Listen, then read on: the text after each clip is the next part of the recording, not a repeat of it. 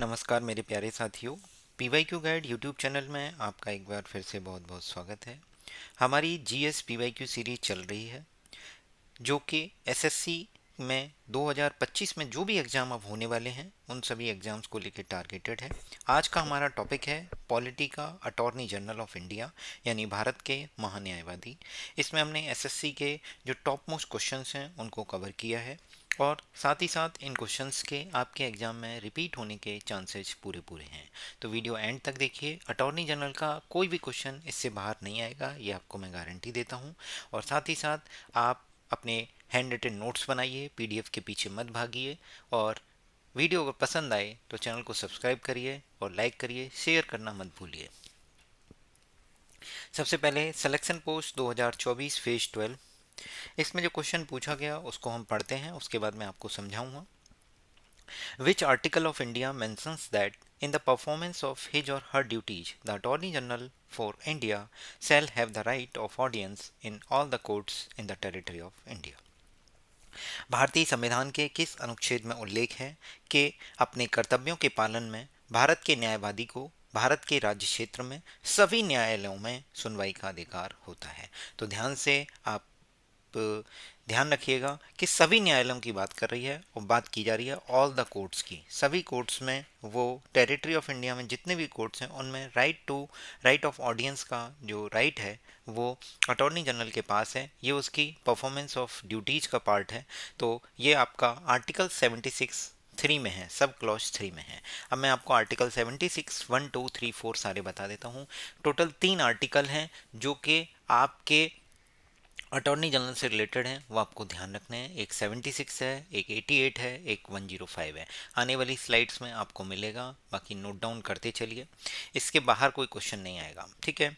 76 से related 4 article sub clause हैं, 1 2 3 4। इनको एक बार रीड करके आपको समझा देता हूँ। President of India shall appoint a person who is qualified to be appointed as जज of the supreme court to be attorney general for India. मतलब प्रेसिडेंट किसी भी पर्सन को, किसी एक ऐसे पर्सन को अटॉर्नी जनरल ऑफ इंडिया नियुक्त कर सकता है जो कि एक सुप्रीम कोर्ट का जज बनने के लिए क्वालिफाइड है। अगर कोई पर्सन सुप्रीम कोर्ट का एक जज बनने के लिए क्वालिफाइड एलिजिबिलिटी रखता है, मतलब उसे सुप्रीम कोर्ट का जज अपॉइंट किया जा सकता है, उसके पास इतनी क्वालिफिकेशन है, तो वही सेम पर्सन अगर चाहे तो attorney general of India president बना सकता है। क्लियर है। Second, it shall be the duty of attorney general of India. ध्यान से बात कीजिए, ड्यूटीज की बात की जा रही है। Duty of attorney general of India to give advice to the government of India upon such legal matters. Legal matters पे जो भारत सरकार है, गवर्नमेंट ऑफ इंडिया है, उसको एक एडवाइस देना। एडवाइस दो होती हैं, एक ADVIC आपने इंग्लिश में भी पढ़ा होगा और एक ADVISC। एसएससी में कई बार इंग्लिश ग्रामर में एक क्वेश्चन आता है, तो सी वाला जो होता है वो नाउन होता है और एस वाला जो होता है वो वर्ब होता है, ध्यान रखना है, ठीक है। कहाँ हमें किसका यूज करना है, ये सेंटेंस टू सेंटेंस डिपेंड करता है, ठीक है। देखिए गिव वर्ब आ गई है तो यहाँ पे अब एक ऑब्जेक्ट आएगा तो मतलब नाउन यूज होगा, इसलिए सी वाला यूज हुआ है, ठीक है। It shall be the duty of Attorney General of India to give advice to Government of India upon such legal matters। मतलब जितने भी कानूनी संबंधी मामले हैं उन सभी पर गवर्नमेंट ऑफ इंडिया को एडवाइस दे सकता है। एडवाइस देने की ड्यूटी है अटॉर्नी जनरल ऑफ इंडिया की। साथ ही साथ लिखा है and to perform such other duties of legal character as may from time to time to be referred or assigned by the president of India. President of India समय समय पर जो भी ड्यूटी असाइन करेंगे या जिस भी चीज़ के लिए रेफर करेंगे, बस ये है कि वो लीगल करेक्टर की ड्यूटीज होंगी, उनको ये परफॉर्म करेंगे attorney general of India, Bharat के महान्यायवादी। साथ ही साथ वो कुछ ऐसे फंक्शंस को भी डिस्चार्ज करेंगे, ऐसी फंक्शंस, ऐसे जो आपके ड्यूटीज हैं उनको भी डिस्चार्ज करेंगे जो उनको कन्फर की जाएंगी, सौंपी जाएंगी किसी लॉ के अगेंस्ट या कॉन्स्टिट्यूशन के अगेंस्ट। मतलब किसी लॉ अगेंस्ट नहीं, किसी लॉ या कॉन्स्टिट्यूशन के अंडर अगर उन्हें कुछ फंक्शन दिया जाता है जैसे लॉ जो समय समय पे टाइम इनटू फोर्स आएंगे, इफेक्टिव होंगे, जैसे कोई लॉ पास हुआ है, अगर उस लॉ के अंतर्गत उनको अगर कोई कार्यभार सौंपा जाता है किसी भी लीगल करेक्टर का, तो वो उसको भी, उस फंक्शन को भी डिस्चार्ज करेंगे। ठीक है। 76/3 मतलब सब क्लॉज 3, उसमें बोला गया है कि अटॉर्नी जनरल ऑफ इंडिया के पास राइट ऑफ ऑडियंस होता है इन all courts of territory of India. यही क्वेश्चन पूछा था सिलेक्शन पोस्ट में। ठीक है। Attorney general of India shall hold office during the pleasure of the president. Attorney general of India जो है प्रेसिडेंट की प्लेजर के हिसाब से अपना सर्विस दे सकते हैं। अगर प्रेसिडेंट चाहें तो उन्हें कभी भी हटा सकते हैं, बाकी वो चाहें खुद रिजाइन करना चाहें तो प्रेसिडेंट को रिजाइन कर सकते हैं। और जो कन्वेंशन जो फॉलो होती है इंडिया में वो ये है, एक्चुअली में संविधान में अटॉर्नी जनरल की ना तो पे डिफाइन है ना ही उसका पीरियड डिफाइन है, तो प्रेसिडेंट जब चाहे तब उसे हटा सकते हैं। साथ ही साथ प्रेसिडेंट जो डिटरमाइन करेंगे कि इनको ये सैलरी देनी चाहिए वो उनको सैलरी दी जाएगी। ठीक है, तो प्रेसिडेंट के हाथ में है सब कुछ। ठीक है, बट ये चाहें तो खुद रिजाइन कर सकते हैं। वो भी किसको रिजाइन करेंगे? जो इनके अपॉइंटिंग अथॉरिटी, अपॉइंटिंग अथॉरिटी इनकी प्रेसिडेंट है तो ये प्रेसिडेंट को ही रिजाइन करेंगे। साथ ही साथ एक चीज़ और इम्पोर्टेंट है कि जनरली जो भारत में अभी कन्वेंशन है जो फॉलो होता है अटॉर्नी जनरल को लेके, एक्चुअली अटॉर्नी प्रेसिडेंट को एडवाइस कौन देता है? Council of minister. तो काउंसिल ऑफ मिनिस्टर अगर या तो बदल जाए या फिर रिप्लेस हो जाए या वो रिजाइन कर दें, तो इस केस में भी अटॉर्नी जनरल ऑफ इंडिया को रिजाइन करना पड़ जाता है। ठीक है, ये कन्वेंशन फॉलो होती है। ये भी आपको आने वाली स्लाइड्स में मिल जाएगा। ठीक है, तो ध्यान क्या रखना है, ये चारों बातें आर्टिकल 76 है। 1 2 3 4, पहले वाले में अपॉइंटमेंट के बारे में बात की जा रही है, दूसरे बारे में उनकी ड्यूटीज के बारे में, तीसरी बारे में उनका एक राइट है, राइट ऑफ ऑडियंस, और चौथा वाला जो है वो उनको उनकी जो सैलरी है और उनका जो टेन्योर है उसको लेके बात की जा रही है। ठीक है, तो प्रेसिडेंट ऑफ इंडिया का प्लेजर है, वो डिसाइड करेंगे कि अटॉर्नी जनरल ऑफ इंडिया को कब तक रखना है। मतलब अपने कॉन्स्टिट्यूशन में अटॉर्नी जनरल ऑफ इंडिया का टेन्योर और उनकी नमिनेशन यानी उनकी सैलरी डिफाइंड नहीं है। ठीक है, नेक्स्ट क्वेश्चन हमसे यही सिलेक्शन पोस्ट में फिर से पूछा गया 2024 फेज 12 के पेपर में कि अटॉर्नी जनरल ऑफ इंडिया यानी भारत के महान्यायवादी के बारे में इनमें से कौन सा कथन सही नहीं है। तो मैंने कई सारी चीज़ें बताई हैं, उसी से आपको ये सारा क्वेश्चन क्लियर हो जाएगा। सबसे पहले बताया गया था, a person qualified to be appointed as the जज of the supreme court is eligible for the office of the attorney general. मतलब सर्वोच्च न्यायालय का कोई न्यायाधीश के रूप में नियुक्त होने के लिए अगर कोई व्यक्ति योग्य है तो भारत का वो महान्यायवादी बनने के लिए भी पात्र होता है। ये अभी मैंने आपको बताया था कि प्रेसिडेंट ऑफ इंडिया उस पर्सन को अटॉर्नी जनरल अपॉइंट कर सकते हैं अगर वो पर्सन सुप्रीम कोर्ट का जज बनने के लिए क्वालिफाइड है। क्लियर है? तो ये स्टेटमेंट तो सही है। अगला, article 76 provide for attorney general of India, बिल्कुल सही बात है। अभी मैंने आपको पूरा आर्टिकल 76 ही बताया है, जो कि आर्टिकल 76 जो है वो भारत के महान्यायवादी के पद से प्रावधान रखता है। साथ ही साथ अगला बोला गया है ये हाईएस्ट लॉ ऑफिसर है, ये बिल्कुल सही बात है। अभी आने वाली स्लाइड्स में आपको इसको क्लियर कर दूंगा कि ये हाईएस्ट लॉ ऑफिसर है कंट्री का। ही और सी ये कौन है? देश का सर्वोच्च विधि अधिकारी है, हाईएस्ट लॉ ऑफिसर या फिर चीफ लॉ ऑफिसर भी बोलते हैं। ठीक है, he is appointed by the president of India, तो ये गलत है। अभी हमने साफ साफ पढ़ा था कि प्रेसिडेंट ऑफ इंडिया जो है इनकी अपॉइंटिंग अथॉरिटी है, प्राइम मिनिस्टर ऑफ इंडिया नहीं है। तो ये स्टेटमेंट हमारा इसका करेक्ट आंसर हो जाएगा, क्योंकि हमसे क्या पूछा है? Not correct. नोट की विशेष महत्व है, कहाँ नोट लगा हुआ है ये आपको ध्यान रखना है। एसएससी जेई 2024 के पेपर 1 की बात करेंगे तो उसमें पूछा गया है which constitutional authority is appointed by the president under the article 76 of Indian constitution. भारतीय संविधान के अनुच्छेद 76 के अंतर्गत प्रेसिडेंट ऑफ इंडिया यानी भारत के राष्ट्रपति किस कॉन्स्टिट्यूशनल संवैधानिक पद को अपॉइंट करते हैं? तो आपके सामने करेक्ट आंसर क्या है? Attorney general of India. ठीक है, आर्टिकल 76 मेंशन कर दिया, इसलिए attorney general of India appoint हो जाता है। Who among the following were the first and the longest serving Attorney General of India? देखिए, वेरी इंपॉर्टेंट क्वेश्चन है, चांसेस पूरे पूरे हैं ये फिर से रिपीट हो सकता है। इसमें दो क्वेश्चन कवर हो रहे हैं, या तो आपसे लॉन्गेस्ट सर्विंग पूछ लेगा अगली बार या फिर फर्स्ट पूछ लेगा। इसमें दोनों पूछ लिया है तो उससे स्प्लिट करके पूछ सकता है। आपका आंसर मोतीलाल चिमनलाल स्टीलवार्ड होगा, एमसी स्टीलवार्ड, मोतीलाल चिमनलाल स्टीलवार्ड। ठीक है, बाकी के ये जितने भी हैं ये भी अटॉर्नी जनरल ऑफ इंडिया अपना कार्यकाल अदा कर चुके हैं इससे पहले के कई सालों में। ठीक है, तो आपको क्या ध्यान रखना है? मोतीलाल चिमनलाल स्टीलवार्ड जो हैं वो आपके first and longest serving attorney general of India हैं, भारत के न्यायवादी। अब एमटीएस 2024 के बात करते हैं।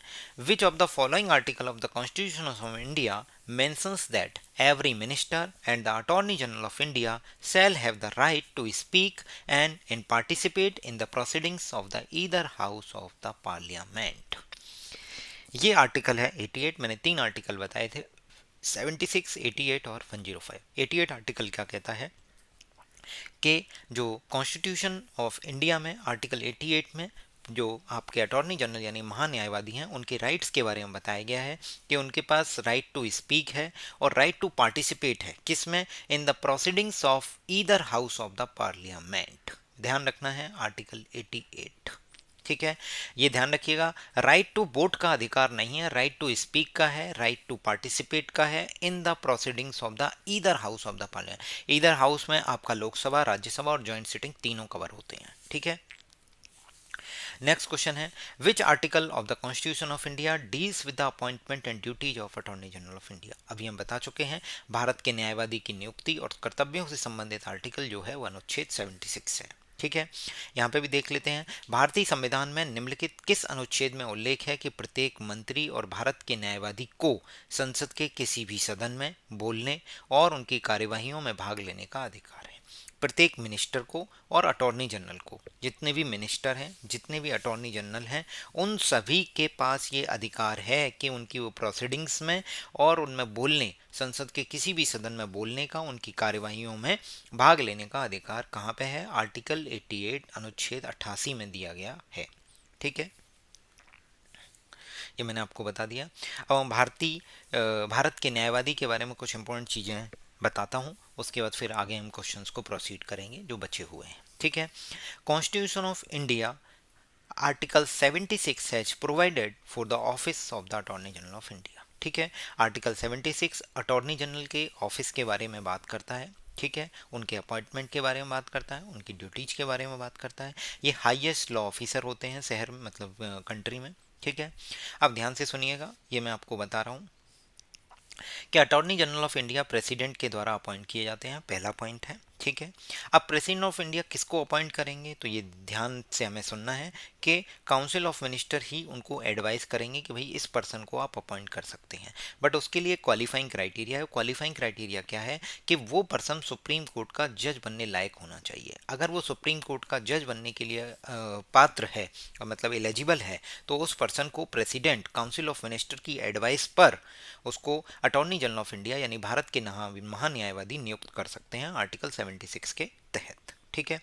अब सुप्रीम कोर्ट ऑफ इंडिया का जज बनने के लिए क्या क्वालिफिकेशन चाहिए वो दी गई है। ये आपसे एसएससी सीजीएल इस बार जो मेंस 2024 हुआ था उसमें पूछा गया था कि इनमें से कौन सी शर्त सुप्रीम कोर्ट के जज बनने के लिए जरूरी नहीं है। तो क्वालिफाइंग क्राइटेरिया क्या है, उसमें 3 चीज़ें हैं। सबसे पहला है कि वो भारत का नागरिक होना चाहिए, सिटीजन ऑफ इंडिया होना चाहिए। दूसरा है कि वो किसी भी हाई कोर्ट में 5 साल तक एज ए जज सर्विस कर चुका हो। He must have been a जज for of some high court. अब ये सम हाई कोर्ट मतलब in the territory of India की बात हो रही है। तीसरा उन्होंने दिया है या इनमें और लगा दिया है, मतलब या तो 5 साल उच्च न्यायालय में यानी हाई कोर्ट में, ठीक है, उच्च न्यायालय में यानी हाई कोर्ट में 5 साल तक वो जज की सर्विस दे चुके हों, या फिर किसी हाई कोर्ट में 10 साल के लिए एडवोकेट का काम किया हो। दोनों ऑप्शन है। अगर जज हैं तो 5 साल है और अगर एडवोकेट हैं तो 10 साल है। यह हाई कोर्ट की बात की जा रही है, ठीक है। और या फिर प्रेसिडेंट की नज़रों में एक इमिनेंट ज्यूरिस्ट होना चाहिए, मतलब एक प्रसिद्ध ज्यूरिस्ट होना चाहिए कि उसको ज्यूरी मतलब सुप्रीम कोर्ट और हाई कोर्ट से रिलेटेड जो भी मतलब लीगल मैटर्स हैं उनके बारे में एक अच्छा ज्ञान होना चाहिए। ये अगर प्रेसिडेंट के ओपिनियन में है तो प्रेसिडेंट उस पर्सन को सुप्रीम कोर्ट का जज अपॉइंट कर सकता है, और जो पर्सन सुप्रीम कोर्ट का जज अपॉइंट करने लायक है उसे प्रेसिडेंट काउंसिल ऑफ मिनिस्टर की एडवाइस पर अटॉर्नी जनरल ऑफ इंडिया यानी भारत का महान्यायवादी नियुक्त कर सकता है। आर्टिकल 76 में ये सब चीज़ें दी गई हैं। अब ध्यान से सुनिएगा, कॉन्स्टिट्यूशन के अंदर term of office of attorney general of India define नहीं है। ये नोट काफ़ी इंपॉर्टेंट है, इसीलिए मैं हाईलाइट कर रहा हूँ क्योंकि आपसे एग्जाम में कई बार पूछा जाएगा, ठीक है। साथ ही साथ कॉन्स्टिट्यूशन ऑफ इंडिया में जो उनके रिमूवल के लिए कोई प्रोसीडिंग्स और ग्राउंड नहीं दिया गया है, ठीक है, ये प्रेसिडेंट की प्लेजर के अकॉर्डिंग ऑफिस को होल्ड करते हैं। साथ ही साथ प्रेसिडेंट उन्हें किसी भी समय हटा सकते हैं। President may be removed by the president at any time. तो कई सारी चीज़ें हैं कि भाई इनका टेन्योर डिफाइन नहीं है, पहली बात तो। दूसरी बात, प्रेसिडेंट मतलब इनका कोई जैसे जो इम्पीचमेंट होता है कि इनके खिलाफ महाभियोग लाया जाए, तो इस तरीके का कोई प्रोसीजर नहीं दिया गया है कि इनको हटाने का क्या तरीका है। प्रेसिडेंट जब चाहे तब हटा सकता है, प्रेसिडेंट की प्लेजर पे ये अपने ऑफिस को होल्ड करते हैं। और साथ ही साथ जब इनका मन करे तो अगर रिजाइन करना चाहें तो रिजाइन कर सकते हैं। किसको रिजाइन करेंगे? अपनी appointing authority, that is president यानी राष्ट्रपति। ठीक है, साथ ही साथ जो कन्वेंशन फॉलो हो रही है, जो मैंने आपको बताया था कि ये रिजाइन कर जाता है कौन? अटॉर्नी जनरल ऑफ इंडिया, जब गवर्नमेंट यानी काउंसिल ऑफ मिनिस्टर जो होते हैं या तो वो रिजाइन करें या फिर वो रिप्लेस हो जाएं। तो ऐसे केस में वो काउंसिल मतलब जो अटॉर्नी जनरल ऑफ इंडिया है वो भी रिजाइन कर देता है। जैसे सत्ता चेंज हो गई या फिर काउंसिल ऑफ मिनिस्टर ने खुद ही रिजाइन कर दिया, तो दोनों ही केस में जो है अटॉर्नी जनरल ऑफ इंडिया भी रिजाइन कर देता है, क्योंकि attorney general of India council of minister ने गवर्नमेंट की एडवाइस पर ही प्रेसिडेंट अपॉइंट करता है। बट प्रेसिडेंट के पास भी टर्मिनेशन मतलब कंडीशंस हैं कि भाई वो पर्सन क्वालिफाइड होना चाहिए सुप्रीम कोर्ट का जज बनने के लिए। सुप्रीम कोर्ट का जज बनने के लिए क्या तरीका है? तो उन्होंने बताया था कि वो भारत का नागरिक होना चाहिए पहला, या फिर दो कंडीशन में से एक कंडीशन होनी चाहिए, या फिर क्या कि हाई कोर्ट में जज रह चुका हो 5 साल, या फिर हाई कोर्ट में एडवोकेट रह चुका हो 5 साल, या फिर एक लास्ट है कि प्रेसिडेंट ऑफ इंडिया की खुद की नज़रों में वो एक एमिनेंट जूरिस्ट होना चाहिए। ठीक है, ये क्वालिफाइंग क्राइटेरिया है।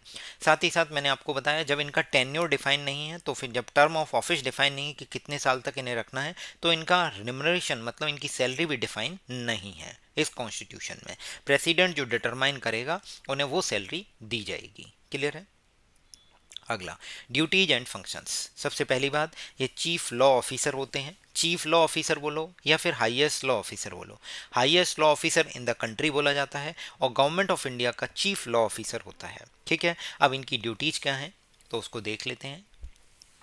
To give advice to the government of India upon such legal matters which are referred by him by the president, referred to him by the president। President के द्वारा इन attorney general of India को जो भी legal matters refer किए जाते हैं उन पे ये एडवाइस दे सकते हैं, पहला तो।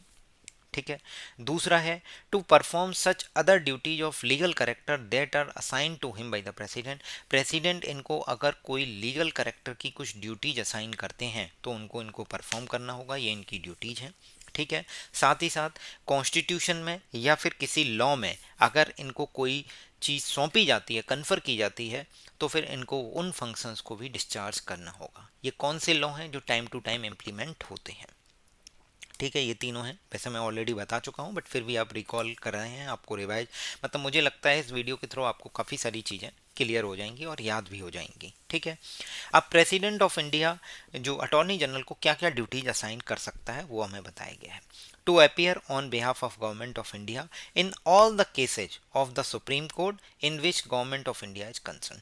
सुप्रीम कोर्ट में जो भी केस चल रहे हैं जहाँ पे गवर्नमेंट ऑफ इंडिया को रिप्रेजेंट करना है, तो गवर्नमेंट ऑफ इंडिया के बिहाफ पे अटॉर्नी जनरल ऑफ इंडिया को अपियर होना पड़ता है। ये प्रेसिडेंट ने अपनी एक मतलब जो अटॉर्नी जनरल ऑफ इंडिया उनको एक ड्यूटी सौंप रखी है कि आपको मैं ये ड्यूटी असाइन करता हूँ।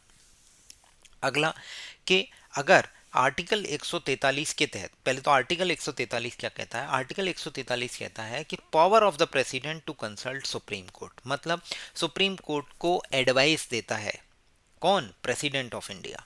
Power of the president to consult the supreme court, मतलब ये एडवाइजरी जुरिडिक्शन है।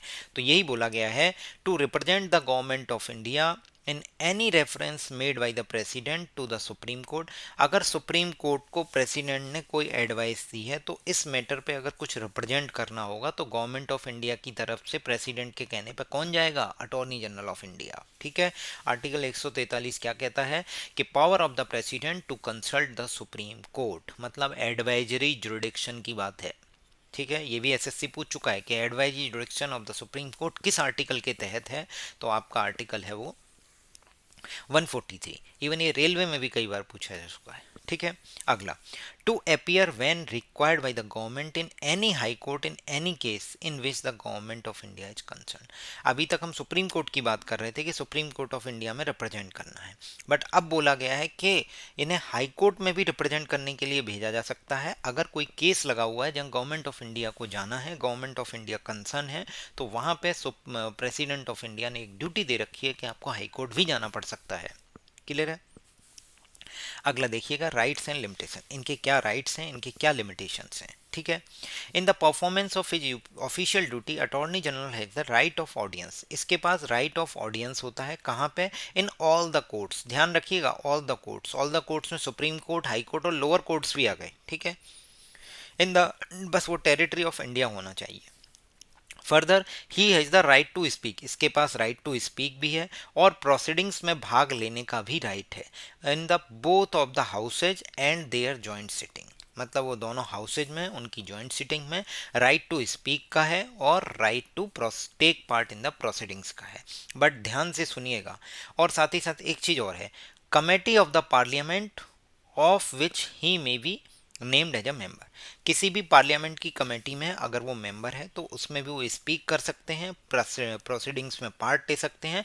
बट ध्यान से सुनिएगा, राइट टू वोट का अधिकार नहीं है। Without a right to vote, vote नहीं कर सकते किसी मैटर पे।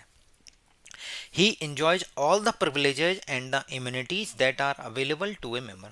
किसी मेंबर ऑफ पार्लियामेंट को, किसी भी सांसद को, जो पार्लियामेंट के मेंबर हैं, उनको जो प्रिविलेज और इम्यूनिटीज दी जाती हैं, वही सेम प्रिविलेज और इम्यूनिटीज हमारे भारत के न्यायवादी भी इंजॉय करते हैं। उनको वही सेम इम्यूनिटीज और प्रिविलेजेस मिलते हैं। प्रिविलेज की स्पेलिंग देख लीजिएगा, कई बार एसएससी ने स्पेलिंग मिस्टेक में पूछी है, इसीलिए मैं बता देता हूँ, PRIVILEG, प्रिविलेज। क्लियर है। नेक्स्ट देखते हैं कि इनके पास क्या क्या लिमिटेशंस हैं। Following limitations are placed on the attorney general of India in order to avoid any complication and conflict of duties. क्या है कि वो गवर्नमेंट ऑफ इंडिया के अगेंस्ट कोई भी एडवाइस नहीं दे सकते, ना ही कोई ब्रीफ कर सकते कहीं। ध्यान से सुनिएगा, ही should not advise or hold a brief against government of India, यानी भारत सरकार के खिलाफ कोई भी एडवाइस नहीं दे सकते कभी भी, ना ही कोई ब्रीफ सेशन कर दिया भारत सरकार के खिलाफ, ये भी नहीं कर सकते। दूसरा, he should not advise or hold a brief in case in which he is called upon to advise or appear government of India.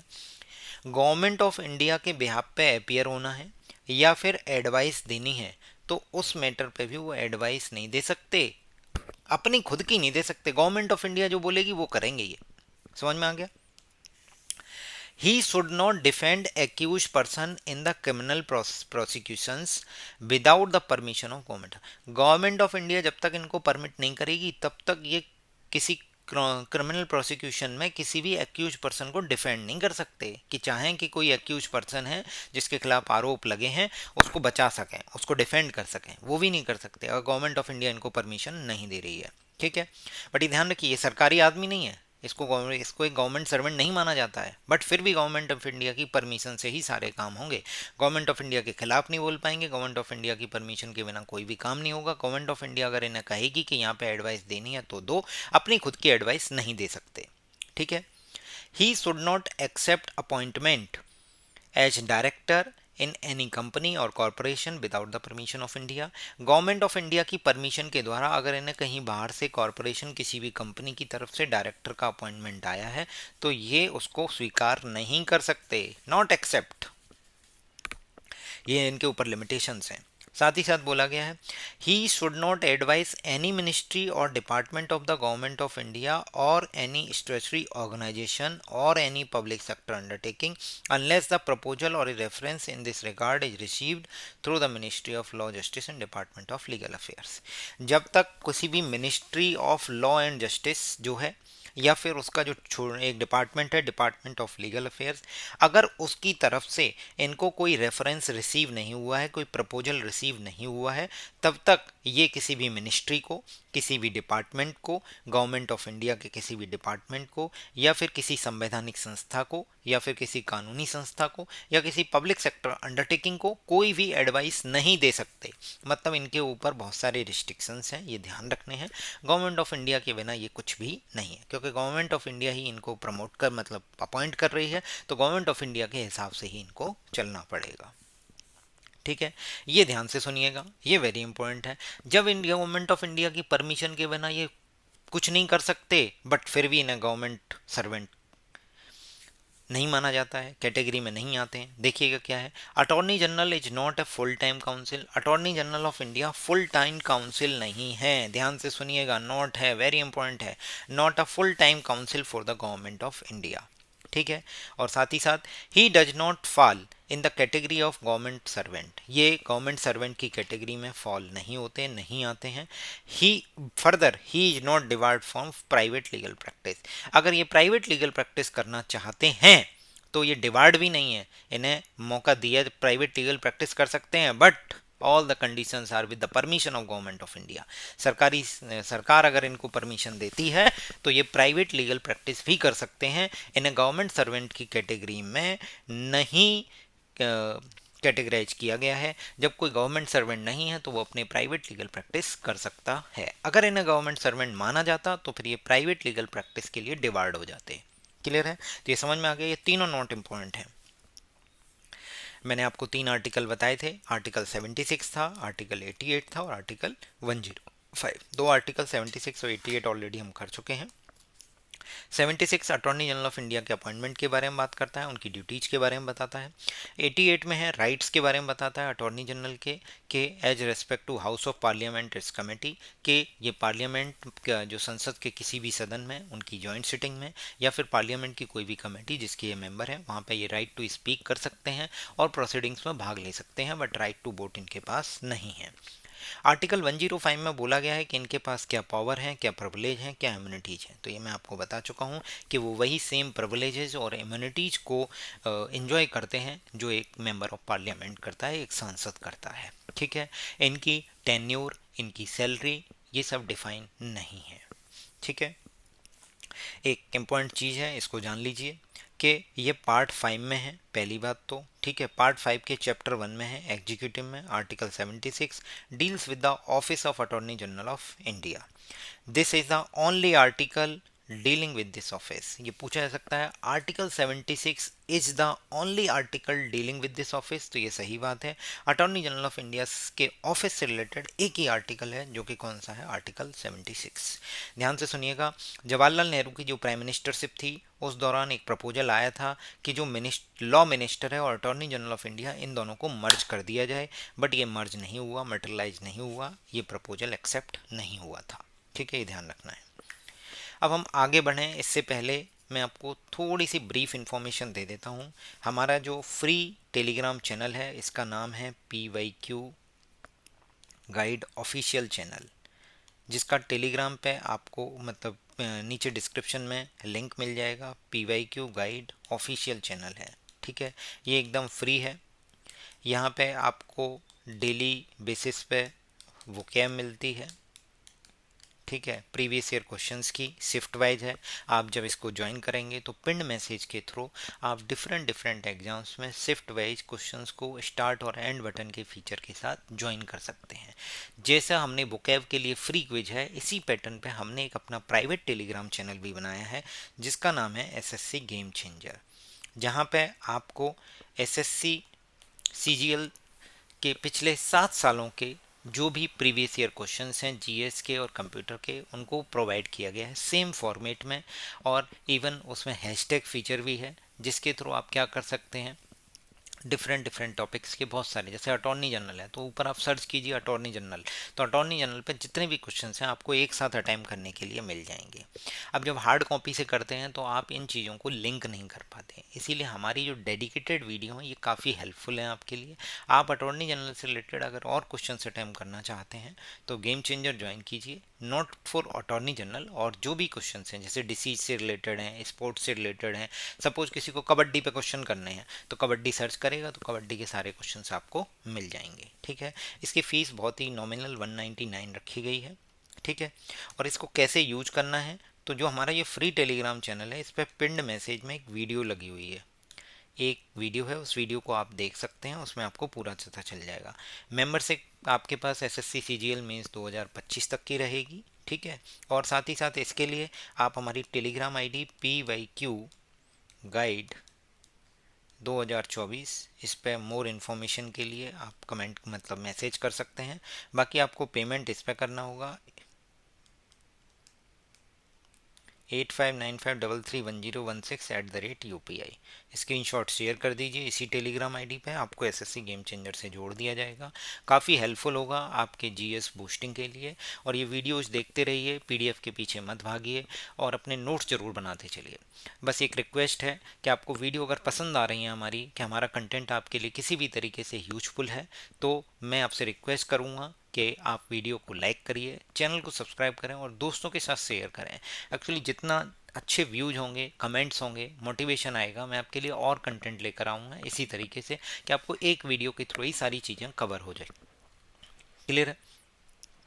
बाकी हमारा जो डेली वोकैब का है, इसमें भी 5 हैशटैग हैं, इनको भी आप समझ लीजिए कि जो लोग नए ज्वाइन करेंगे, तो जैसे आपका मन है सिनोनिम्स अटेम्प्ट करना, तो कम से कम 400-500 सिनोनिम्स उसमें मेरे हिसाब से अपलोड हो चुके हैं। आप हैशटैग सिनोनिम्स सर्च कीजिए, हैशटैग एंटोनिम्स कीजिए,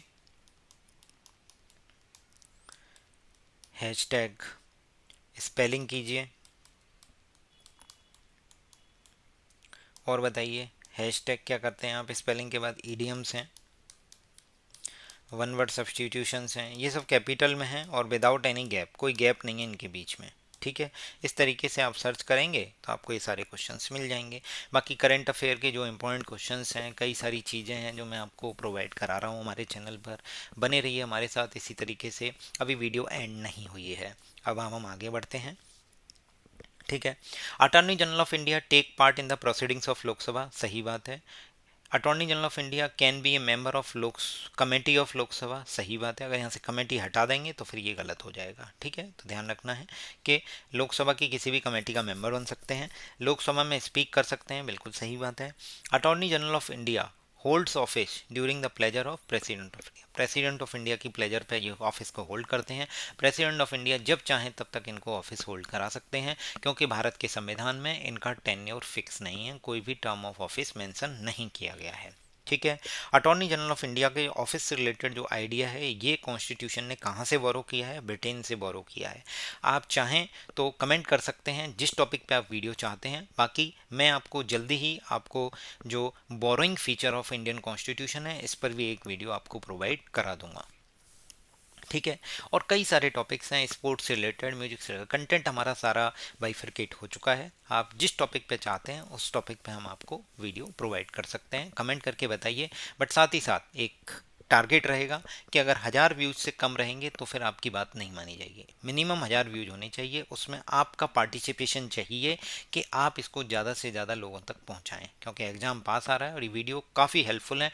100% गारंटी दे रहा हूँ, ऐसा कोई नहीं करा रहा होगा यूट्यूब पे प्रीवियस ईयर क्वेश्चंस को मिक्स करके जो मैं बता रहा हूँ आपको। ओरिजिनल सोर्स है, मैं कोई कहीं से कोई ये नहीं कि इधर से उठा लिया उधर से उठा लिया कॉपी पेस्ट नहीं, ओरिजिनल सोर्स पे काम कर रहे हैं जहाँ से क्वेश्चंस पूछे जा रहे हैं, कोई मैनिपुलेशन नहीं है इसमें। ठीक है, attorney general of India shall hold office during the pleasure of president of India, देखिए पूछे गए हैं कई बार। Who is considered as the highest law officer, तो correct answer is president of India. देखिए एनडीए 2024 अभी सितंबर 2024 में पेपर हुआ है, इसमें यही पूछा गया है कि इनमें से कौन सा करेक्ट नहीं है। ठीक है, कौन सा करेक्ट नहीं है, सॉरी करेक्ट बताना है। तो duties of attorney general of India are to give advice to the government of India upon such legal matters and to perform other duties of legal character as may time to be referred to or assign to him by the president of India. अभी हम exact यही लाइनें पढ़ चुके हैं।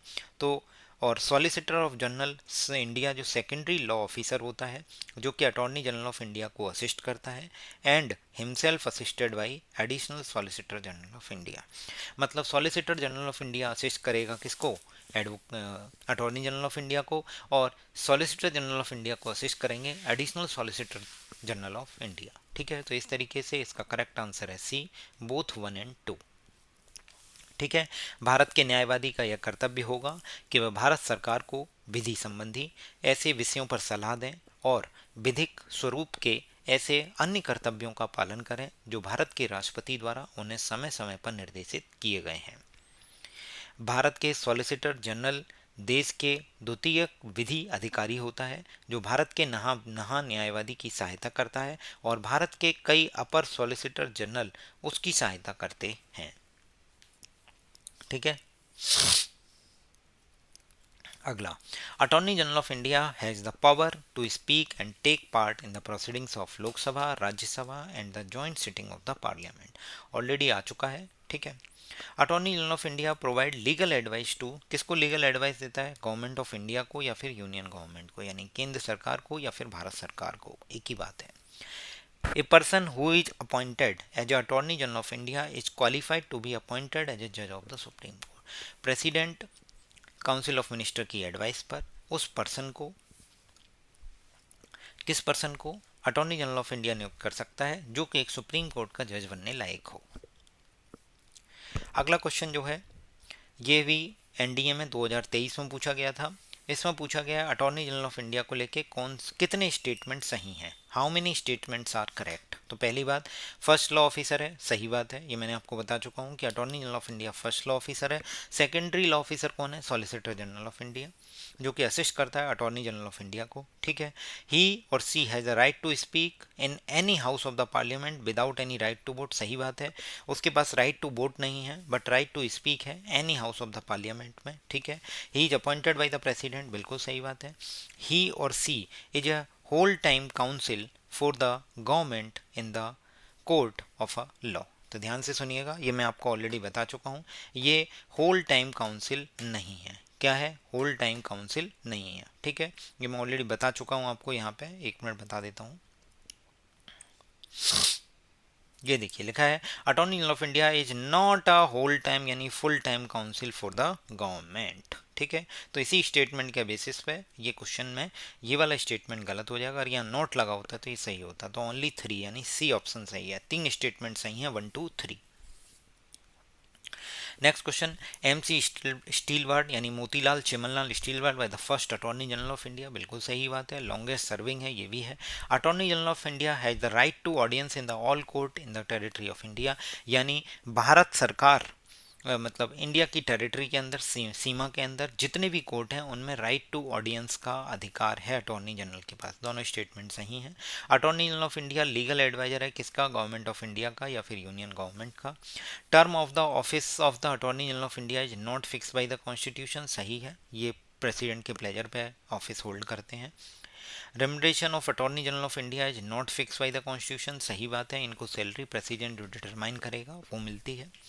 Attorney general of India के पास right to speak है, proceedings में भाग लेने का अधिकार है, किसमें? Both the parliament, both house of the parliament, joint sitting of parliament committee. ठीक है, attorney general of India chief law officer होता है गवर्नमेंट ऑफ इंडिया का। अटॉर्नी जनरल ऑफ इंडिया के पास राइट टू ऑडियंस है in any court of the law with in India या फिर all the courts with in the territory of India. ठीक है, next question है who among the following article of the Indian constitution provide for the attorney general of India. तो article 76 already मैं आपको बता चुका हूँ, 3 आर्टिकल 76, 88 एंड 105। ठीक है, who of the following is not appointed by the president of India, president of India के द्वारा अपॉइंट नहीं किया था, किसको? सॉलिसिटर जनरल ऑफ इंडिया को।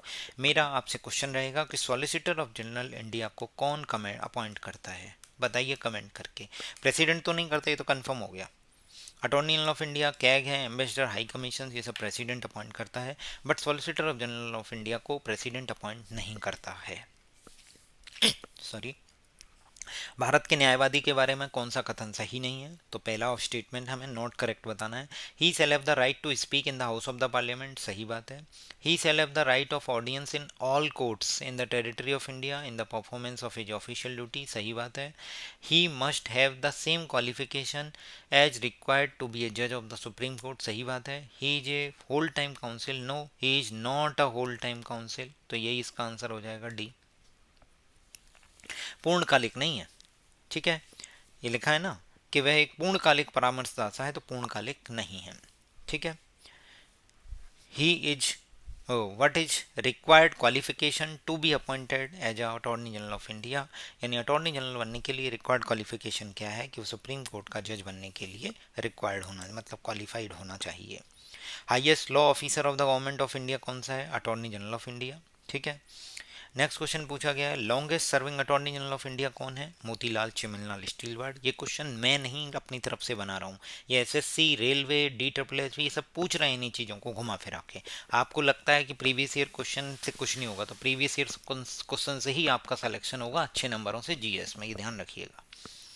Article 76 of the constitution of India किससे डील करता है? अटॉर्नी जनरल ऑफ इंडिया से।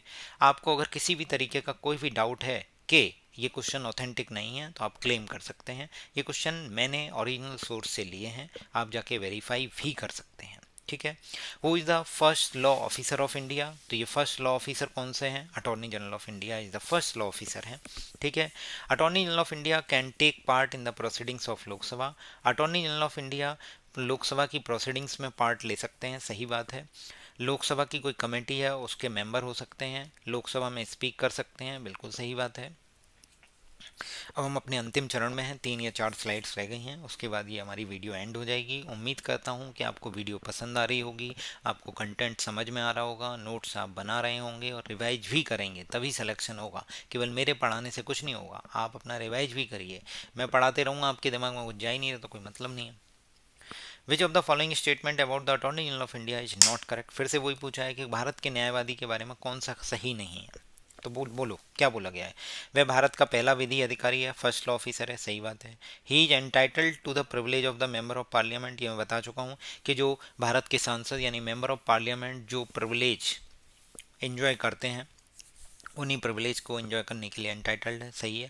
होल टाइम काउंसिल है? नहीं, होल टाइम काउंसिल नहीं है। पूर्णकालिक वकील नहीं है, होल टाइम नहीं है, not whole time, not full time. ठीक है।